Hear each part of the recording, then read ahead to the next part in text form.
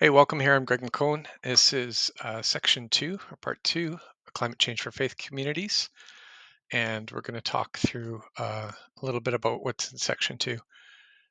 You might notice that some of the content that we're going to talk about, we talk about some negative things. And so it's important when you're a community that believes truth matters to resist deception. And it's really important to call things out, to speak the truth about them. So, just like in the previous sections, if you're seeing this in isolation, these QR codes will take you to some more resources about climate change. And let's get started. So, faith communities and the climate change movement, as you will, share the value of truth telling. It's really important to call out what is true and to declare truth, and that includes speaking truth to power. Because sometimes power does not want people to speak the truth. It really does matter, though. So you can probably identify what this is. This is a smoke detector. You probably have them, I hope, in the ceiling in the hall in your house. It would alert you to smoke and fire. Now, you will hopefully also know that this does not get rid of the smoke and fire. Adults are supposed to understand what to do when they are alerted by these devices. Can you imagine for a minute if people didn't get that? Can you imagine if people thought that smoke detectors save lives and they thought maybe it would also put out the fire, maybe it would suck up all the smoke? Like that would be very dangerous to believe that. Um, and some people are making um, a similar logical leap or illogical leap, if you will, when it comes to people warning about climate change. They jump to something like, "So, where's your solution?" or something like that, right? And they're kind of disregarding the alarm because it didn't solve climate change. Um, just like smoke detectors save lives, but only if the adults then do their part. That's kind of the lesson there. Um, so, what did Greta Thunberg say? She said, "Tell the truth." She challenged government leaders to say the truth about climate change, to say out loud, to speak what climate scientists have been saying for years and are becoming increasingly brave about saying. She got to address at age 16 the European Parliament, and she scolded government leaders for not telling the truth, for not listening to scientists, and for not acting in a substantial and meaningful way. And Greta was like that smoke detector. She did her job. She got a lot of people alerted to the problem. She didn't have to solve climate change. That wasn't her job. You catch it, right? But her bravery and determination allowed her to speak truth to a lot of people. Um, it wasn't that Greta understood climate change better than anyone else, it's that she was listening to the scientists. Um, and so now is the time for adults to respond. Have they? Will they? Did they? It's a good question. And the responses to Greta were kind of telling, right? Um, some people were very upset that she spoke so rudely to adults. They got stuck on that. They totally missed the message. They missed the point, that this 16-year-old was being honored because she had something important to say. They got stuck on manners, which I think is kind of a colossal um, failure of adults applying intelligence. So, to her credit, millions of youth and adults were made aware. Millions took some kind of action, whether it was to join a protest to raise more awareness, whether it was lobbying government, whether it was cutting carbon from their lives. But Greta never claimed to have the answers. She was always pointing to the scientists and challenging um, government leaders to tell the truth about where we're at with climate change. And as more and more evidence comes out from all the scientists around the globe, it's clearer and clearer and clearer. We have a huge problem here. Um, so why is a 16-year-old needing to go to the European Parliament, and to wake up millions of us? Why are we asleep? Well, we have been soaking in misinformation for years. You might be familiar with how big tobacco companies, for years, advertised that smoking was healthy, that you know more doctors smoke Camels than any other cigarette, so implying that doctors know about health and they smoke Camels, so it must be good for you, or at least safer than those other ones. right? So these lies, these layers of deception were presented to the public, and the newspapers were happy to accept the advertising dollars, or the magazines, and put that money in their pocket and become complicit in that way. Of course, the cigarette companies were happy to take the money from selling the products that caused cancer, and on and on. And look, here's a modern day example of basically the same playbook. So we've got Shell offering carbon neutral driving. Make the change today, drive carbon neutral. Dude, that does not exist. That is not a real thing. You'll notice some greenwashing here. They've got nature washing at the bottom, where they have their message over top of something green, and so we associate that with nature, and we think like, oh, that's good. It's a background, guys. It could be origami, it could be anything, right? But they chose a nature picture to try and boost their brand. And carbon neutral, that would mean like for all the carbon that gets emitted into the atmosphere, that also gets sucked back out of the atmosphere and sequestered deep underground for 100 plus years. Clearly, that is not happening with shell gas. What are they driving at? Let's look at a bunch of ads from Canada, just along street corners, at bus stops and that sort of thing. The one on the far right, I saw a version of that at our local hockey rink.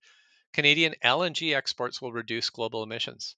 Well, it's not true, but they're saying it, right? On the far left, the world will be using oil and gas for decades to come. Where should it come from? So that's kind of like saying, children are going to abuse drugs. Um, they might as well get them from us, right? Like the bad thing is going to happen. But and notice that the Canada flag at the top and the blue sky, like all why don't they show an oil sands tailing pond in the background? Why don't they show a kid with asthma, right? Or choose friendly oil, as if somehow the gas from Canada is friendly. Um, presumably it means that Canadians are friendly and people from the Middle East are not, or whatever. But notice all of the Canadiana being plastered all over this. Um, like Canada is not clean, guys.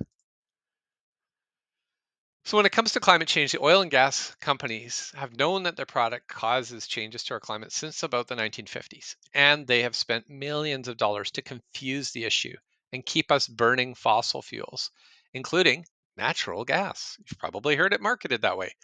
The gas is actually called methane, but they never market that. They always market it as natural gas. For decades, oil and gas corporations have known that burning fossil fuels would cause the heat waves, the wildfires, the drought, the flooding that we're now experiencing in BC. Taking a page from our friends in Mission at Sue Big Oil Mission, here's an image from their website. They knew, they profited, they need to pay. So it's not just that the oil and gas companies made money selling oil and gas. It's that they knew the oil and gas was going to hurt all of us. They knew this was coming. They consciously knew, and then they deceived us on top of that. And so they made money off of our suffering, so to speak. So we need them to pay their own way. So thanks to Sue Big Oil Mission for that. Let's talk about what greenwash is. If you aren't familiar with this term, basically it's to make people believe that your company is doing more to protect the environment than it really is. Something really important happened this last year in Canada. Bill C-59 got passed. Um, and here's a screenshot. I threw the cartoon character on there, but here's a screenshot of, uh, a petrochemical company in Alberta. Just happened to drive by and picked up their name. Um, Whining, complaining, panicking. Oh my goodness, Bill C-59. Well, Bill C-59 makes it necessary that companies must be able to back up their environmental claims. In essence, that's what it says. And so these petrochemical companies are like losing it. Like, oh, you're not going to make us be honest about what we're saying. We can't just make random claims. And so, they're basically saying, they're imposing our freedom of speech. We can't communicate with the public anymore about all the wonderful things we're doing. There was a website, Pathways Alliance. They actually just pulled their whole website down because that was a lobby group, and basically everything on their website was some kind of a lie. So they had to rework their approach, rewrite their content so that it was less untrue. So, this is a good thing. There's a law in the books, and you better believe that they are fighting to get this law repealed. They do not want to be forced to say things that are true when they could be stuffing greenwash down your throat and telling you that the tar sands are wonderful and LNG is great for the environment and you could drive carbon neutral. Like those lies that they're not allowed to do right now, people still have to hold them to account. We have to complain about those. But there's now laws on the books that say like you just can't lie like that anymore. And this is a substantial step forward for Canada, actually having a law saying these petrochemical companies can't lie. So, anyways, um, maybe you're not familiar with the term, but there's a term called astroturfing. I'll explain it real briefly. So, a grassroots organization is an organization that is basically by the people, some mums and dads and soccer moms and volunteers and they get together and they try and make a positive change. Now, when a big corporation pretends this is happening by funding organizations to funding organizations, creating organizations to pretend that it's a mom and pop grassroots thing, that's called astroturfing, and they absolutely do this. That there's a name for it tells you it's pretty common. Here are some advertisements from the Canadian Association of Physicians for the Environment, 41,000 members. They put this on bus stops. Killer heat waves brought to you by oil and gas. Rising childhood asthma rates brought to you by oil and gas. Choking on wildfire smoke brought to you by oil and gas. Um, they don't just post random stuff. Like they can back this up with numbers, right? And this is the kind of stuff that if we were going to require honest advertising, it would look a little bit more like this. So it kind of feels good to see someone actually stating the opposite, but you probably haven't seen these ads. I saw them. um, I hope you saw them. They're pretty cool, but they're telling the truth. That this seems so weird tells us something about the current state of the advertising environment we're soaking in all the time. Let's talk about denial, distraction, and half truths. If I can distract you from the main thing, then I've kind of succeeded, right? And you're not busy taking me to task on it. So I went to Pathways Alliance. Their website's back up. I mentioned them a few minutes ago. You might notice a part of their website talks about carbon capture and storage, CCS process, CCS safety, safety, safety, safety. Um, so CCS, carbon capture and storage, is just that. It's the idea of capturing carbon, normally from the atmosphere, and storing it. And when I say storing it, that doesn't mean turning it into fuel to burn again. That means storing it deep underground in geological structures where it's going to stay for 100 plus years. That's the standard. If it isn't staying down there for over 100 years, it's not carbon capture and storage. That might be carbon capture and release, like we fish. Um, but so if you've heard about this, there's definitely funding from the federal government and other governments to research this better. And it's not it's not very good. I'll tell you why it's not very good right now. Right now, it's not currently viable. It doesn't work in any degree, in any percentage, in any measurable amount that's going to make a difference. So here's a screen cap from the Bulletin of Atomic Scientists. They're saying direct air capture is an expensive, dangerous distraction from real climate solutions. Pretty straightforward, right? Here is Climeworks. It's a company, Mammoth Project in Iceland. This is their second CO2 capture plant. Their first plant captures 4,000 tons a year. This will eventually capture 36,000 tons of CO2 per year. It costs about $1,000 US per ton to capture CO2 and sequester it deep underground for 100 plus years.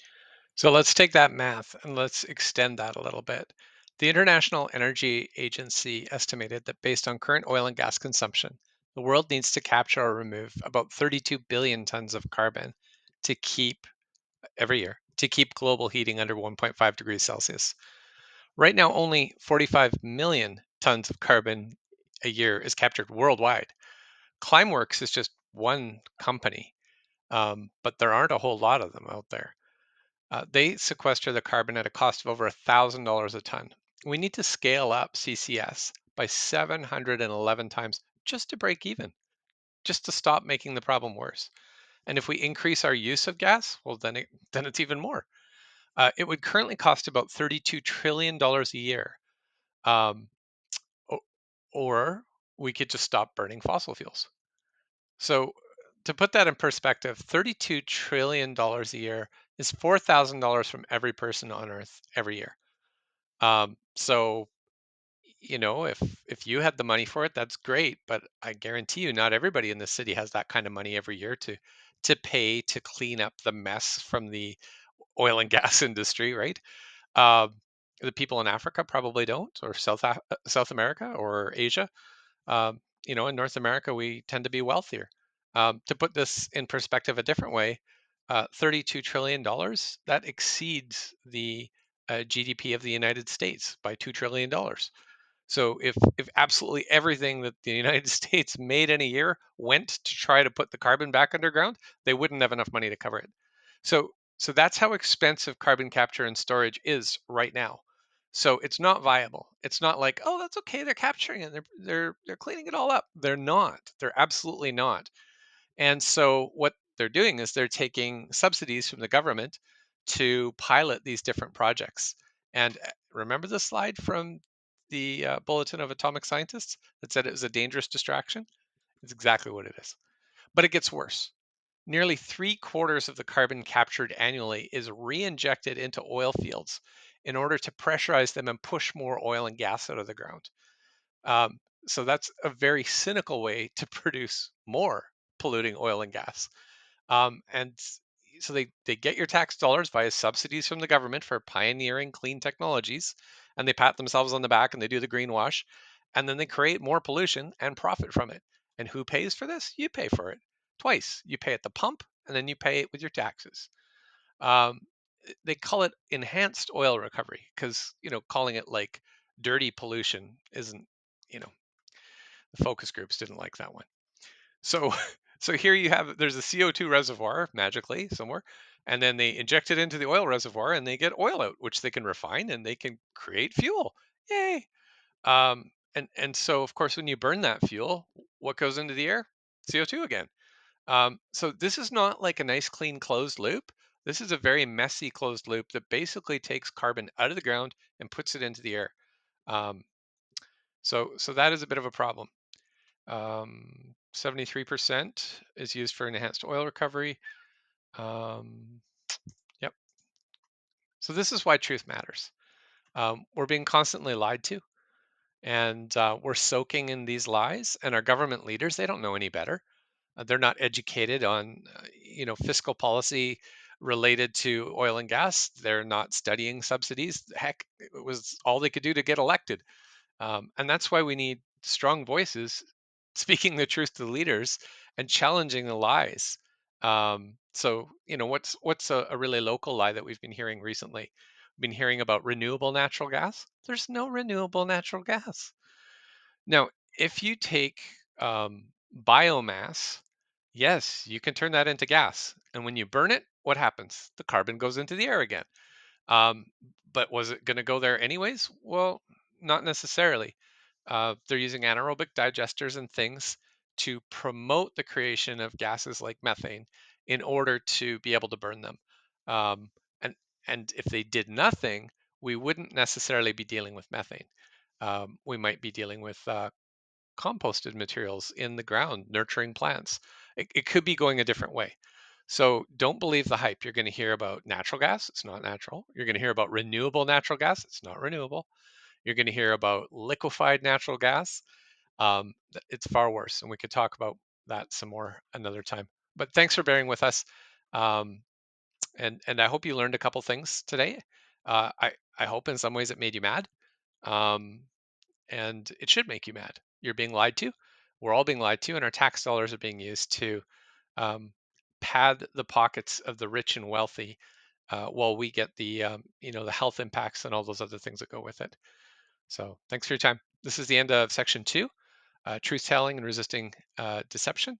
Again, the QR code, you can scan it with your phone camera to get the link to our website and some more resources. We used a number of various graphics in this presentation. And here we're just giving credit to the different people there and the file names there who let us use the graphics at no charge.